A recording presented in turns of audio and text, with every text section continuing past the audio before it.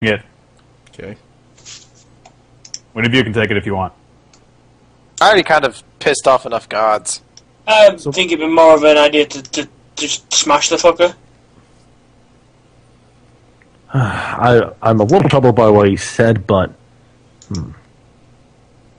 Gray's gonna end up with it. You know that he is. Come on. I'm guessing, soul stone kind of thing. Not sure. Again, it'd be nice to get some insight on what this thing actually is, but... Yes, if you were chosen, I don't think you should be anywhere near that.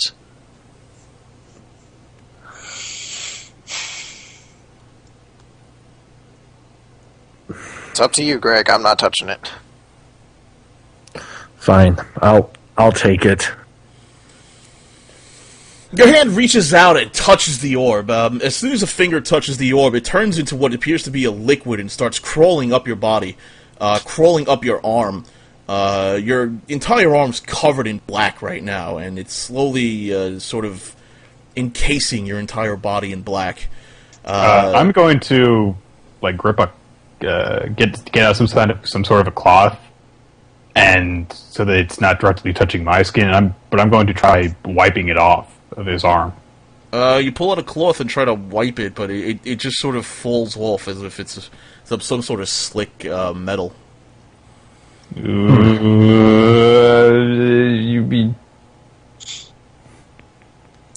Yeah, I'm just trying. I'm basically staggering back, staring at my arm as this.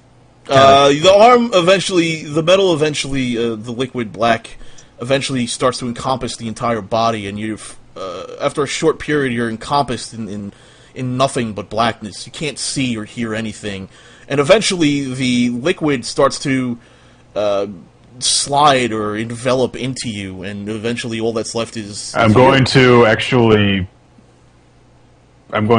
try... This is probably a bad idea. I'm going to try attacking the liquid with the sunstrike. Okay. It's probably going to just hit him, but whatever. Okay. All right. Does that hit your reflex, Greg? Yes. Okay, do you damage? 15. You take 15 radiant damage, and you get slid 1 square. Oh. Sorry, Greg! Oh, bloody. Slide him. Eventually, the liquid forms, sort of melts into you, Greg, and you're just the one left standing there. After a moment or two of trying to recover from the shock, you hear a voice inside your head, Greg, that nobody else hears, and he goes, "Hello, Greg."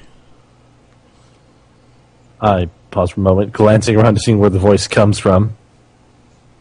And even though it seems I say, "Who are you?" I'm a shadow orb. I am the Shadow Man. I shall name you Harvey. Skitch, you're also made aware of several innate abilities of the orb.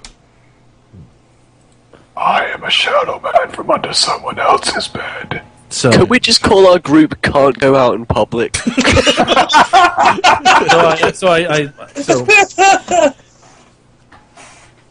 So you said I was chosen. What do you want from me? I said nothing. The man you killed said it. What did he mean by that? Well, I choose my own host, and I have chosen you. Why me? Why are you choosing me to be your host? Well, it was either stay with that creep who hung around with brains in children's heads, or choose someone else, and, well, you're the only one here who is, let's say, evil enough. Is there a... Actually, let me rephrase that because that's wrong. Because it's not evil. You're the only one here who has a dark enough history for me to be comfortable with. Ooh. Yeah, but no one else can hear that but me. No one can hear. No, yeah, he's the only one hearing that in his head. Greg is Batman. Is the flame from the candle still around, or is that gone? It's on the floor. Yeah. Is the candle still there? Yep, it's still lit. Okay, I'm going to pick up the candle. Okay. And I'm going to kind of hold it. I'm going to hold it towards Greg. Greg, you get an uneasy feeling as he holds the candle towards you, Greg. I look at Dother and I just kind of raise my hand and step back slightly, saying, Things are feeling a little bit different for me right now, Dother. I'm still trying to get my head wrapped around what's happening here.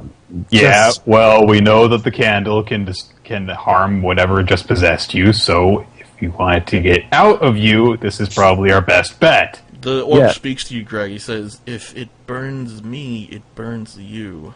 I'd recommend that not happening."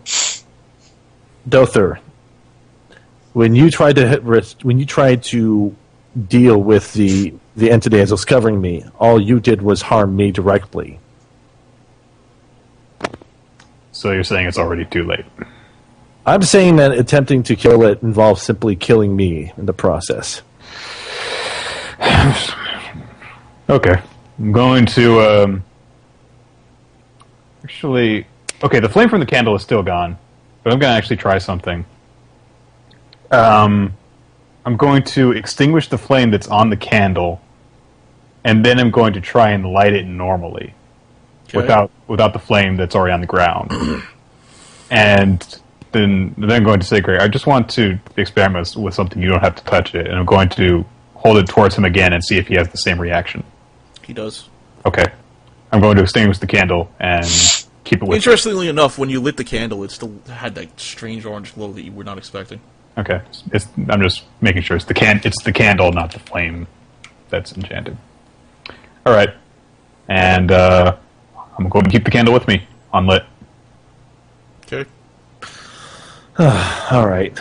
At any rate, I'm not going to let whatever happened here compromise our goals here to either find survivors or try to restore some sort of order to this town. So, actually, I've got an idea. While the candle is extinguished, I'm going to offer it to Greg and see if he reacts the same way. The candle doesn't really seem to affect Greg right now. Okay, so only when it's lit. All right. And, well, actually, I'll offer it to Greg. I accept it. I take the candle and stow it away. Well, In case you ever need it. We might need it later, but for now, at least I feel confident that we've at least admonished whatever was really admonished that beast there. So, All right. Well, that wasn't really what we came here for. I know. Unfortunately, we need to do a quick sweep of the rest of the town, and I suggest we get out of here as quickly as we can. Sure thing. Because it seems at this point, no one is left in this town. Do I smell anything now? Is there any... I can't hear you, Chris. You're cracking too much. Yeah. Can you hear me now? Yeah. Yeah. Alright, do I smell anything else evil in the town? No, in fact, it kind of feels as if the evil is gone. The death is gone, but Dother, you do notice, you do feel that the darkness that you felt before is now emanating from Greg, but it's not nearly as strong. Mm-hmm. Alright, well, here's my suggestion. Instead of trying to see if we make the long hike back, I think we should check to see the docks of this town, see if they have any ships that are in a usable condition, and try sailing back to Wyrmwick that way. We'll be quicker.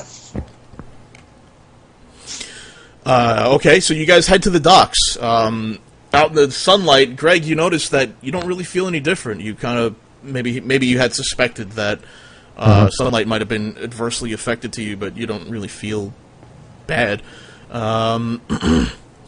You do have a talking orb in your head, but whatever. You head over to the docks, and you notice that there are several ships at the docks. They all appear to be abandoned, but they seem to be in working condition or serviceable condition. Alright. Well, let's try to take one of these ships back and indeed get to Wyrmwick.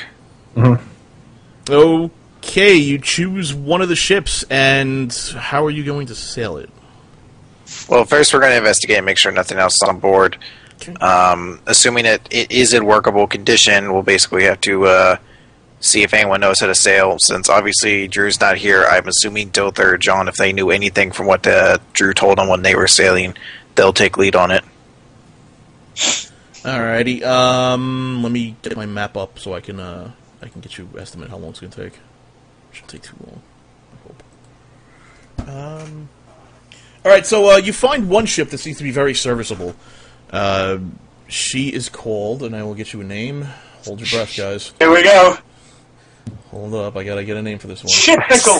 I swear to God, if it's the orange peel again. It is the... Oh, this is a good one. It's the Mighty Gauntlet. That's fucking It's awesome. an epic name. The Mighty Gauntlet. So what do you do? Is this a warship? No, we trade peanuts. We're a circus. Really? Well, the ship is completely deserted and empty. But it's floating, and she seems seaworthy. Alright, well, let's try to sail back to Wyrmwick, guys. So we can avoid the shifting sands of grab hands. Yeah. The shifting sands of grab hands. Yep. Grab ass. Grab ass. Get off my ass! You just sail from Holman Falls to Wyrmwick. Yes. Can I discuss with Dotha privately that maybe Greg shouldn't have the candle, as the orb didn't seem all that good, and if it's possessing him, then I don't think he should have the thing that could destroy it. Eh. Alright, well, while I figure out the movement for that, I don't. Go ahead, shot. I think that it's better that he has it up until he trusts one of us enough to hold on to it for him. So, John, what's going on, buddy? I'm okay. We don't talk much anymore. What are you doing? I say to John, in between a dragon, a shadow, and almost gonna be a vampire, we're okay. Yeah. Okay, so somebody needs to explain to me how you're going to do this 24 hours a day. Well, how big of a boat is this? It's a fairly decent-sized vessel. It's not a warship or anything, but it's serviceable by a crew of 3. Alright, well, if 2 people need to be sleeping all the time, we'll just go into shifts like that. Well, let's see. We've got to. Yeah, if we have like a 24-hour shift, then let's see. If it overlaps. How long will it take to get to Wyrmwick? Because obviously it's probably going to take more than a day, so getting 6 hours I'm of trying sleep. to find that, and I cannot find the numbers for sailing on a ship. I'm sorry, I'm stupid. Well, you said what? It was like 6 days to get from... You have 6 days on land to get from the... Well, no, I mean, you said it was like 6 days by ship to get from Colleen Grove to Wyrmwick. So I guess just compare it's the... about 3 days, we'll say. Alright, well, we don't have to worry about getting 6 hours of sleep then. Well, we will, but, I mean, we don't have to concern ourselves with that, so just, You're just going to plow through, and then on the last day when you get to Wyrmwick, find a bed and sleep. No, I mean, we'll still do the sleep shifts. I just mean we don't have to worry about, like... I'm guessing we could do, like, 8-hour shifts or something like that. I mean, it's not a big deal. Alright.